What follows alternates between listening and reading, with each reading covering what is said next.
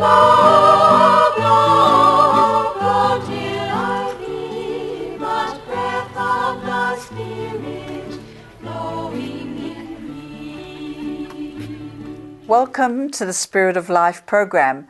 My name is Lucia Pace, and today my guest is Sharma Saunders, who will be sharing with us the beauty of walking hand in hand with God. Welcome to our program, Sharma. Thank you. Sharma, you walked away from everything you knew to walk with God. Tell us why the dramatic transition and how that came about. From my childhood, I wanted to always be with God, but I lost it. And at the age of 55, 5 years ago, I lost everything. Every bit of asset. I walked away just with what I had on my back and a job that I didn't know was going to last. And I was thrown, as it says, I was thrown to the wolves, my back was to the wall. And they say when your back is to the wall, you find God. You call out. And I called out. I battled with Him. I battled with Him. And I started finding and talking to Him. I was screaming to Him saying, why? Why did you take it away from me? And I started with the negatives. From my childhood, I went right back to my childhood saying, God, you made me ugly. Why did you make me ugly? That's a matter of opinion. Yes, but that was what my family always said when I was a kid. I see nothing but beauty in front of me. It's amazing how we see ourselves. Yeah. And then I said, okay. Then at the age of 16, my mom passed away. And I said, why? And at that moment, I felt all the tears flowing through. And I felt this beautiful presence of God beside me. And then I felt my mom beside me. And I heard this voice say, why do you only think of the negatives? Interesting question. Yep. What are the positives that you've gone through? What have I given you? I gave you so much, but you never thanked me. And that moment I realized when all the positives started playing into my mind. Such as? Such as I was the best in my sports. I had fame, I had glory, I had wealth, I had everything. But I never thanked God for any of that. Okay. I took it all. At the age of 14, from my 5 to 14, I walked with God. I walked with God. I even wanted to become a nun. But when I found that fame through my sports, I never looked back then. You became the God, did you? I became the God. And everything else was God. Wealth was God. Earning, because people, social factors, said, the more you earn, you need it. Because and I had that lack of self-esteem. So the more I had, to me, at least I got that self-esteem. There were people around me. As a kid, I used to always want to be wanted. But I suddenly found I was wanted. And I did things for people only because I was wanted. So, there it is. I suddenly found God was with me and He said, think, walk. And I opened my arms and I walked with Him. And today, I don't look back.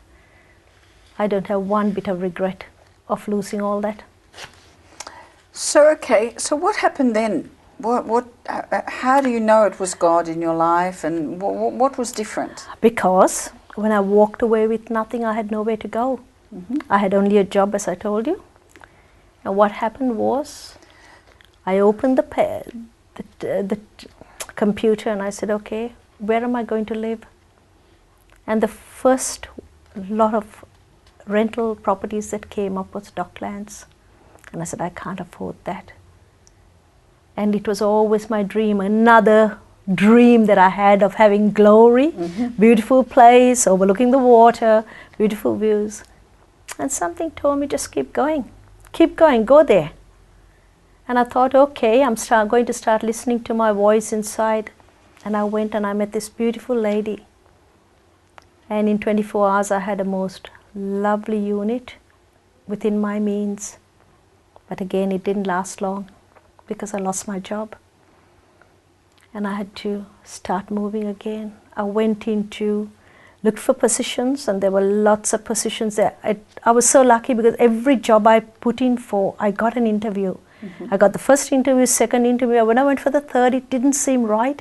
Something in my gut said, no, that's not for you. That's not where you want to be. No, it wasn't where I wanted to be. And I knew He was pruning me for something.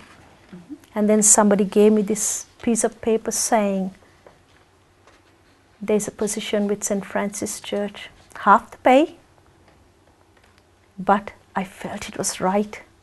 I was back again to that childhood working for God.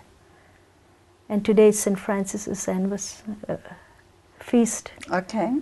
And I thought, how good to be today here on this very day. Significant for you. Significant for me.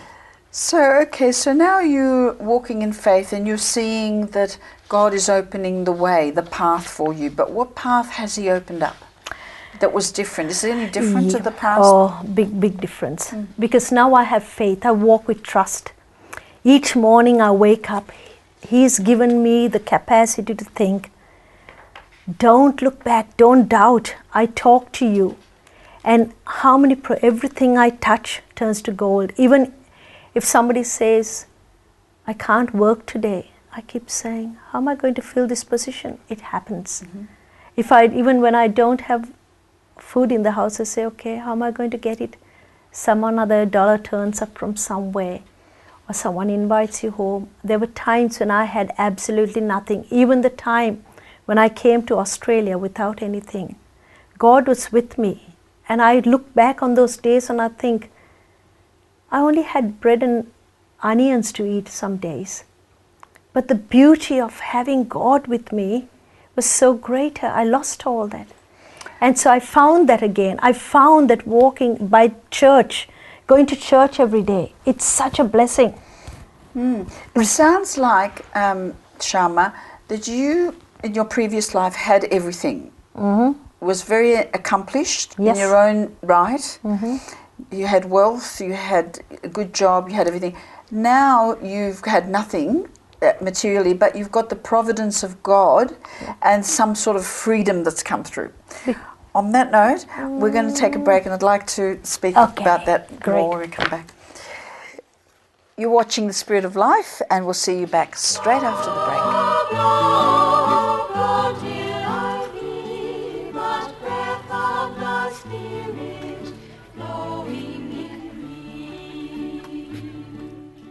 Love, love, go till I be but breath of the Spirit flowing in me.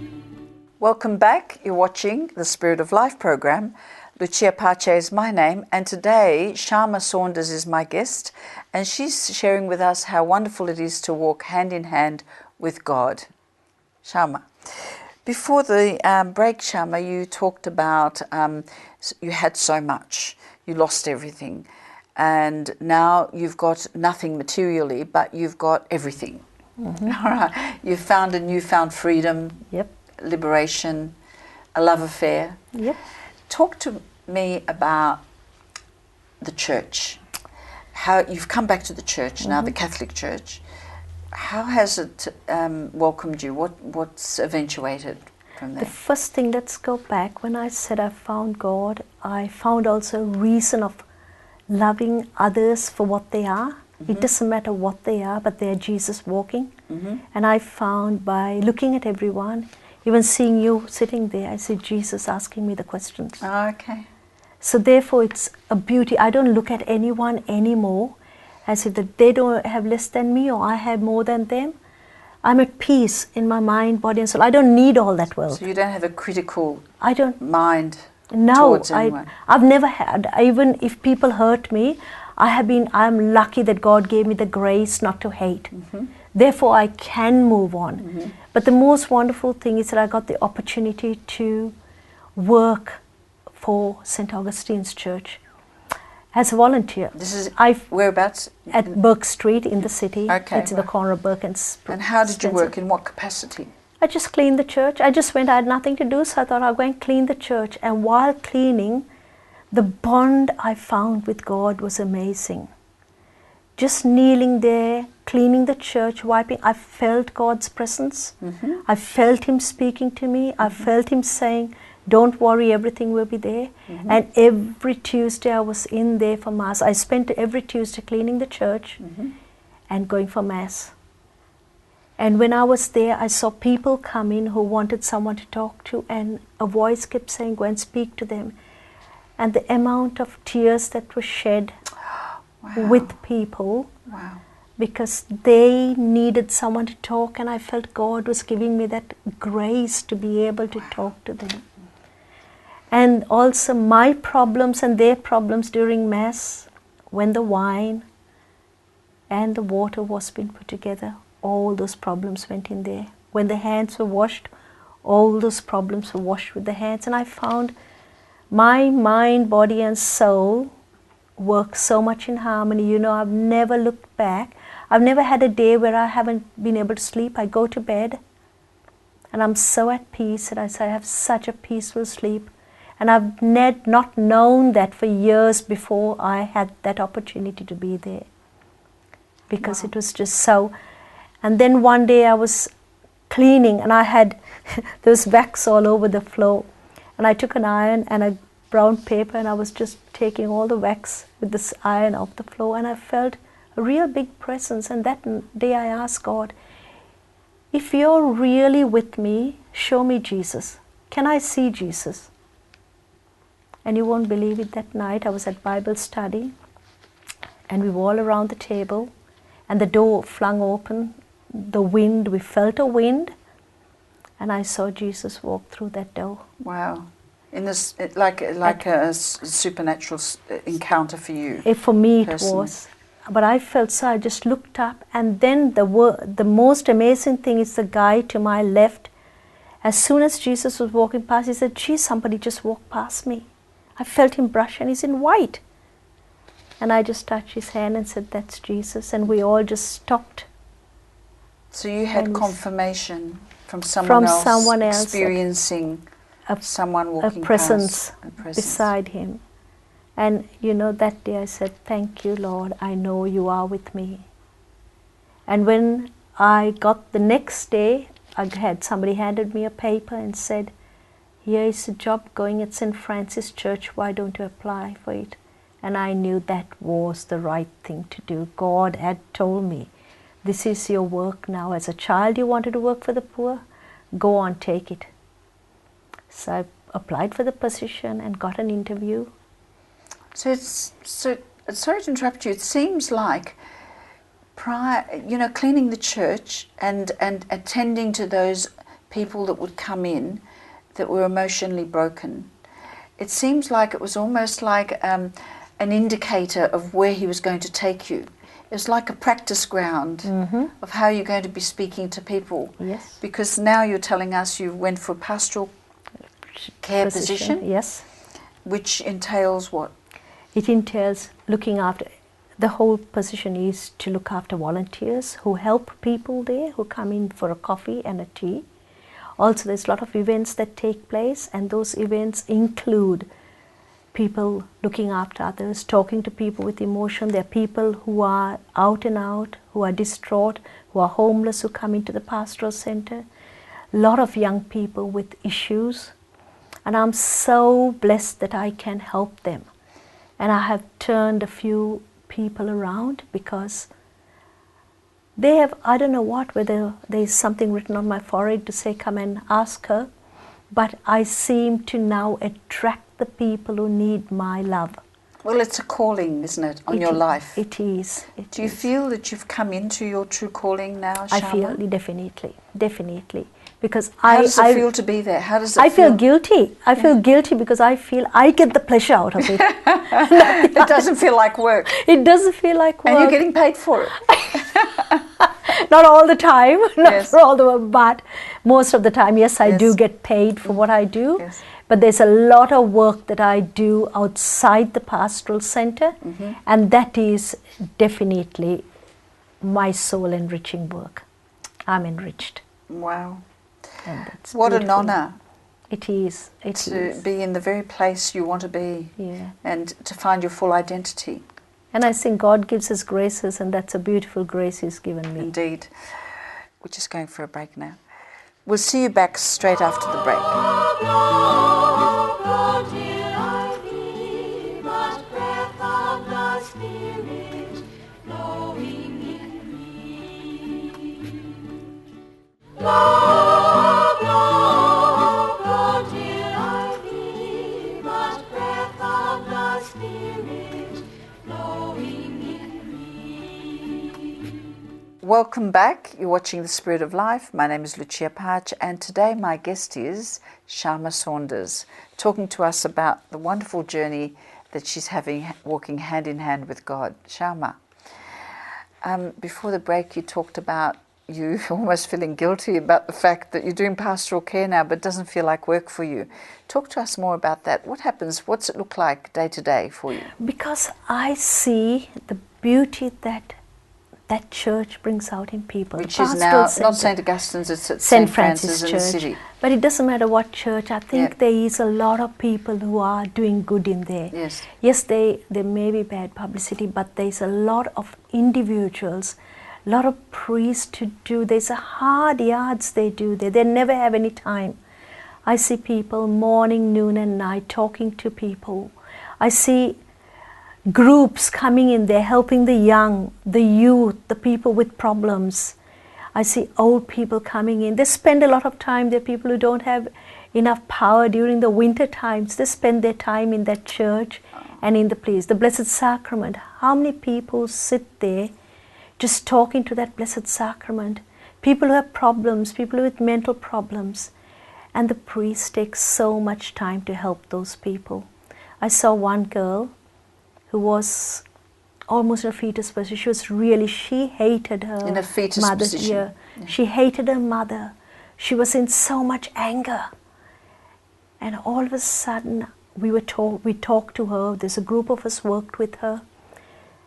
And she came to church. She'd never been to church for 30 years. Wow. And all of a sudden, she saw the change that I was speaking to her. There's other people spoke to her about the changes they had found with God. And she came to church and she started doing what we talked about. In 3 months, I had this girl run across the yard and give me a big hug. I thought, who is this? Because she's so beautiful.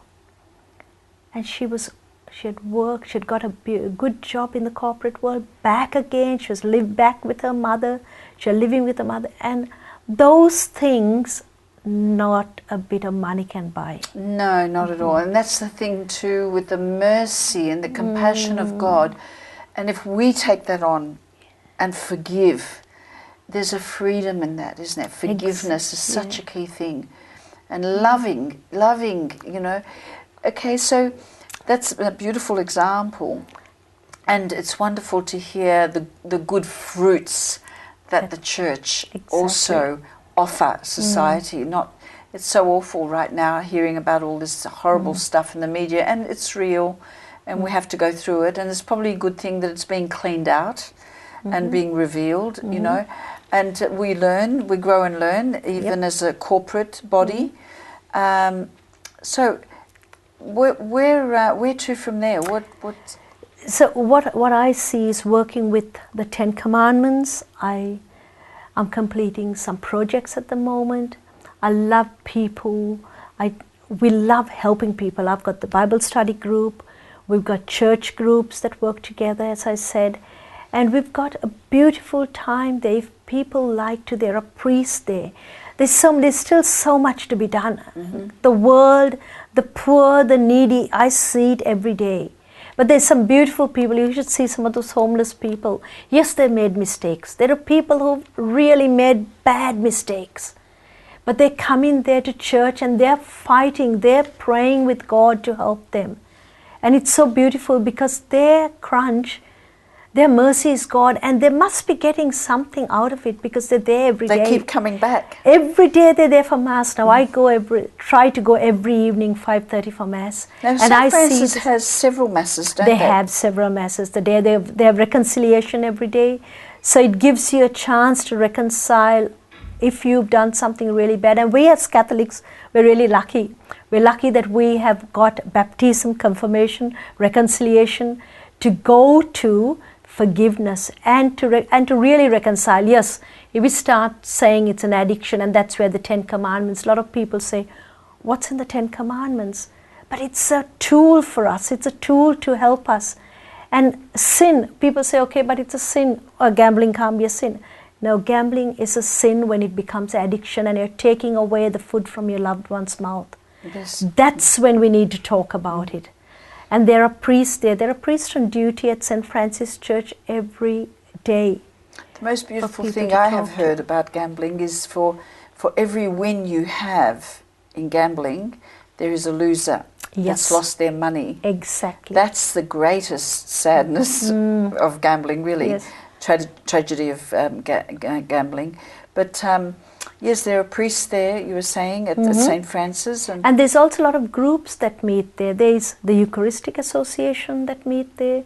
There's Agape, who deals with a lot of the people with emotional problems who are angry. And they don't have to be Catholics. And they're not Catholics. But they're welcome. They love coming. They're the same. Even people who come to the pastoral center, we have tea and coffee on a Wednesday, Friday and Sunday. And the people who come there are not just Catholics, people from outside. They come in and spend their time there because they're lonely. And they start meeting people and chatting. And it changes their way of thinking. You see the smiles. Too, that it's a new networking of making friends in a very safe and trusting place. It is. Yes. And it also gives the people with nothing to do somebody to talk to. Their comfort, they're away from the rain, they're in a place where they're safe. Especially a lot of the elderly, they find a place of safety. The church is a safe place, the pastoral center is a safe place. But before that too, there's also, I think people have to realize, to get that hurt out of their heart, which I did, I sort of started looking at the 10 Commandments. And I started to reflect on compare what does the 10 Commandments, it's such a tool. God's given, if you look at the reconciliation and grace, the graces God's given us is the grace of He's given us this world. He's given us the scriptures. So it's actually, what you're saying is, in the commandments there's a methodology that actually works if you apply it. Exactly, and if you have trust and faith. And we've walked away from it. We have. Sharma, we've come to the end of our program, and it's been so delightful just to have you here as our guest. And you really are an exemplary model of someone that's had an amazing reawakening in the spirit. And thanks for your wonderful work for the church too. Hopefully we'll have you back sometime in the future. Yes, I hope so. Thank you, Sharma. Thank you. You've been watching the Spirit of Life program. We'll see you again next week. In the meantime, do take care. Bring it to